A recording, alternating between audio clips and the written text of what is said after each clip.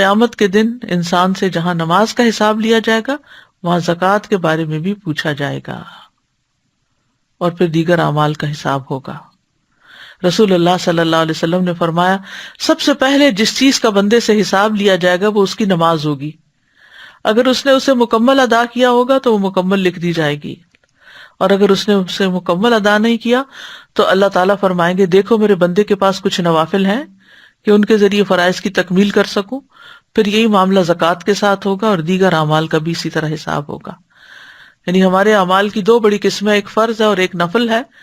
فرض کے بارے میں حساب ہوگا، اور اگر فرض میں کوئی کمی بیشی رہ گئی تو وہ نفل سے پوری ہوگی۔ تو اس لیے نوافل کا بھی اہتمام کرنا چاہیے، ایسا نہ ہو کہ فرض میں کمی پھر پوری نہ ہو سکے اور اس پر کچھ پکڑ نہ ہو۔ پھر یہ ہے کہ جو لوگ زکوٰۃ نہیں دیتے قیامت کے دن عذاب کے مستحق ہوں گے۔ جانور ہوں گے تو گردن پہ سوار ہو جائیں گے، سونا چاندی ہوگا تو وہ گلے کا طوق بن جائے گا، اور اسی طرح بغیر زکوٰۃ والی دولت کو جہنم سے تپا کر اسی سے جسموں کو داغا جائے گا، جس کا ذکر سورۃ التوبہ میں ملتا ہے۔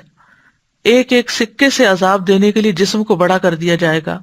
عبداللہ بن مسعود رضی اللہ عنہ روایت کرتے ہیں، قیامت کے دن آدمی کو اس طرح نہیں داغا جائے گا کہ درہم درہم کو چھوئے یا دینار دینار کو چھوئے، یعنی ڈھیر لا کے نہیں رکھا جائے گا، بلکہ اس کی جلد کو اتنا سٹریچ کر دیا جائے گا حتیٰ کہ درہم اور دینار کو الگ الگ رکھا جا سکے، یعنی تپا کے ان کے اوپر۔